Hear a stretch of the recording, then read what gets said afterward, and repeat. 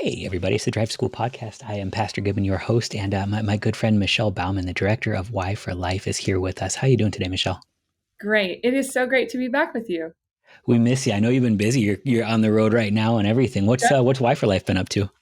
Lots of presentations, lots of conferences. We were just at Beautiful Feet last weekend, and this Very week cool. we're in Ohio at in Cleveland, looking at working at Lutheran West, the high school there. So So I was born in Cleveland, and everybody says Cleveland just like that, just with a little bit of like almost a hint of an apology in your voice. Um, it's a nice city. The river is not even on fire anymore, you guys. It's fine. yeah, When I was a child, Cleveland. the river caught on fire. I remember it to this day. Really? There was that much sort of pollution and stuff in it that the Oh, water caught on fire. It's way better now, you guys. Rock and Roll Hall of Fame. Uh, that's it's, the water bottles. Maybe I should stick with water bottles, but I'm sure they've cleaned it up since. let's hope so. I probably still wouldn't drink directly from the river. Uh, Yeah. I'm hoping, I've refilled my water bottle a few times from the faucet. So hopefully that's gone through some sort of system plant. So I'm sure you'll be fine. I don't know how to transition gently into anything productive though. life, So life is it's your important. job. Life is important. Specifically, what are we focusing on today? Yeah, that's such a great image. Water on fire. Because we're actually going to be talking about let's talk about Genesis. Let's talk about creation. And Okay. water isn't intended as a gift in creation, right? But Yeah. my hope is Lots like, fallen since then, huh?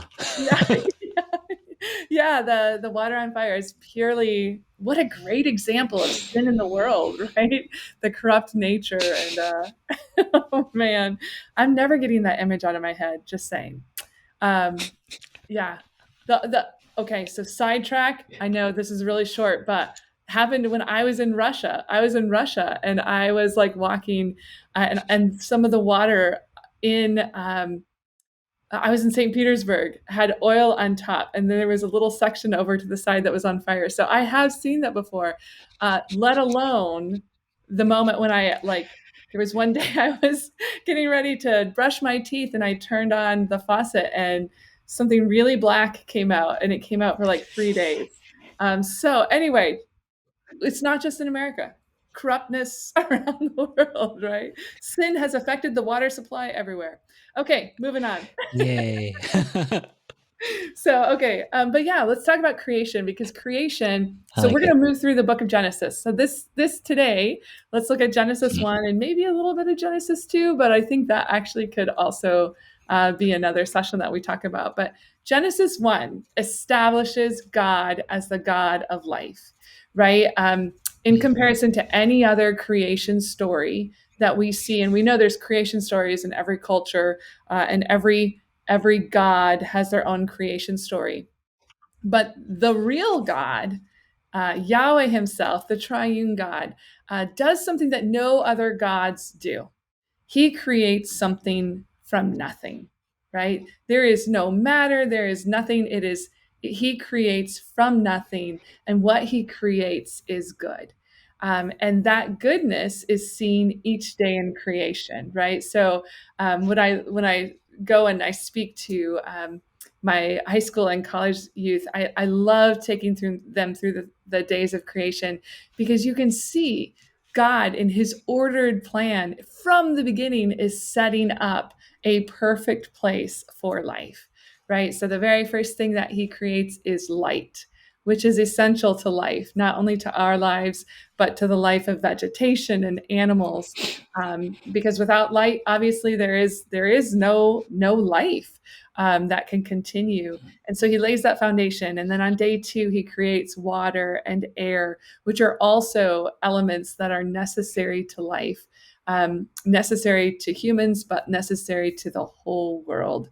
And then on day three, he creates land and vegetation. So, right there, by the end of the first 3 days, we have all that is necessary for life, for the beings that he will bring, right? And it's so amazing because again, when we look at other creation stories. I used to teach some creation stories to my high school students, maybe some Native American ones or other cultures. And there's always like this problem. Oops, the god made a mistake, right? And now the turtle has to carry everything on his back, or the woman has to fall into a hole and bring seeds up, or those sort of things. But God actually so orders His creation that it is life sustaining and life giving, right? And those are just the first 3 days. So just yesterday, I was talking to some 6th through 8th graders, and I was asking them about invisible things, and if those invisible things are actually indispensable, like we can't live without them. And so we talked about air, and air. Isn't it wonderful that God made our lungs to perfectly breathe the air that just so happens to perfectly exist on Earth, right? It's almost like, A lot of coincidence there. Yeah. yeah, it's almost like that was pre-planned, and it was, right. His order sustains life, so we have those first 3 days that set the foundation for life, but then the next 3 days, he builds on that foundation, and he fills in, he locates the light, he provides seasons, he provides stars in the sky, so we can recognize the change of those seasons, which helps us when it's time to plant and when it's time to harvest, and that affirms life. But then and that's on day 4, and then on day 5, we have that the filling in of the water and the air with life, the birds and the fish of the sea. And God didn't create a bird before He created air. He didn't create a fish before He created Right. the water for it to live in. He already had all the things necessary for their life.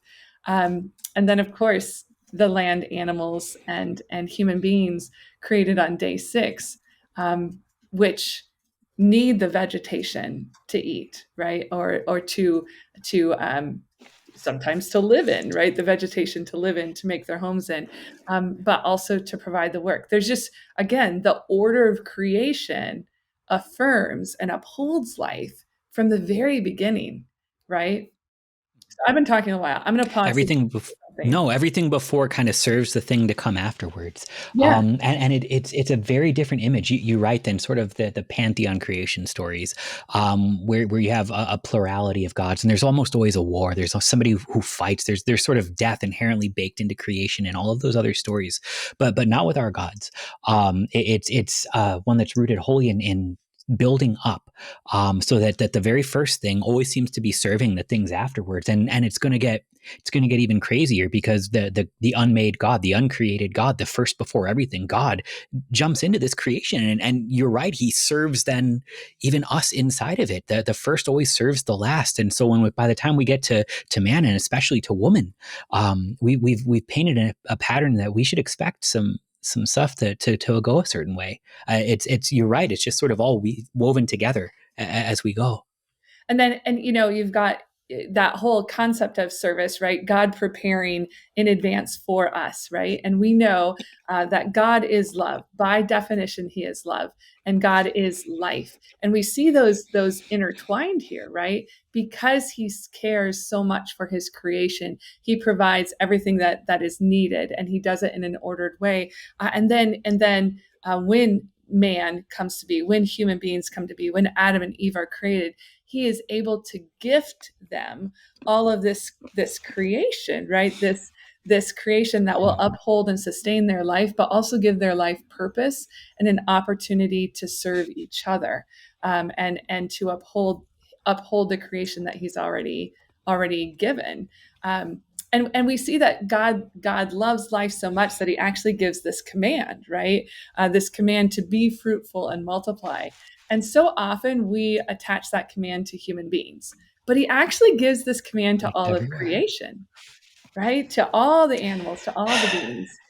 And Yeah, you yeah, go see it. for I it. mean, the trees are making fruit. The Yeah, animals are making more of each other, and that's what God looks at and calls good. It's not good yet if it's not sort of mature enough to reproduce, to make more of. right. As God is looking at it and actually happy, more life. The life that He gave is begetting more life, all of the same.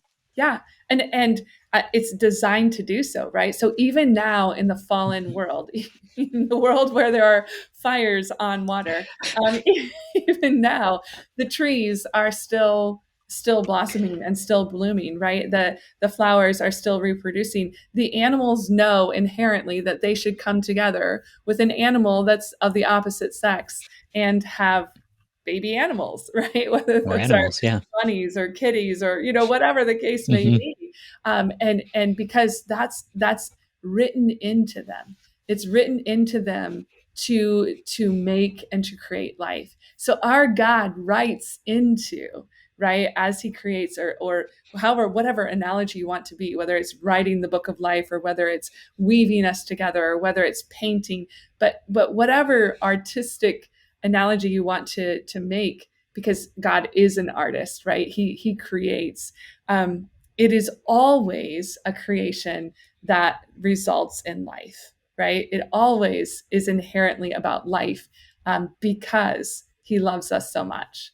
And you're right. He does say that this creation is good, and at the end, that sixth day, it is very good, right? It is very good, and so we see that God rejoices in the life that He made and in the creation that He designed.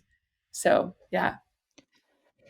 It's nice to actually look at this and see something still going, and some of it's just sort of the habit that we get, but it's been a while since I've looked at Genesis 1 and 2 without sort of counting the loss. You know what I mean? Like, this is the stuff that we don't have anymore. This is the place we can't go anymore. Things aren't like this anymore. It's not good.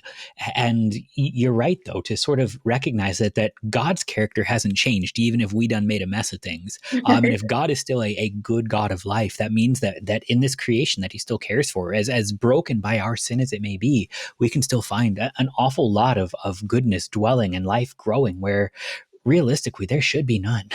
Right. Yeah. Yeah. I mean, the testament that goodness exists is all of God's doing, right? One of the things the sixth through eighth graders came up with yesterday with invisible is God. God's invisible, right? And is He indispensable? Absolutely, because without Him, there would be no good in the world, right? There would only be brokenness, because that's what we bring to it. But actually, because God is still active in the world, right, sustaining and upholding life, we see that life continue. We talk about, like this hiddenness of God, right? Where is God hidden in the world for our benefit? And we see it in the Word and sacraments, right? He is there living in the Word and sacraments, even though He is clothed in other things, right?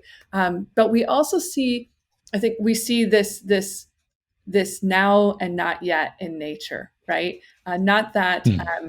we go to nature to receive the forgiveness of sins or anything like that, but we also we see the fingerprint of God in nature, and we know that that too will be remade. Like, we rejoice that we're going to be remade on the last day, but so too is creation, right? And it groans, it moans for that day to come, because even creation is suffering from sin, whether it has the cognitive ability to recognize it or not. It is suffering because of sin, right? And so, yeah, even the life that was started, this new, we will have a new earth that is perfect. And so this now but not yet, this hiddenness, this reality that is true and yet will be made even better on the last day. I love it. Michelle Bauman, thanks so much for hanging out today. Let's keep going in Genesis next time. Sounds great. Okay. Have a great Thanks so day. much for inviting me. Anytime.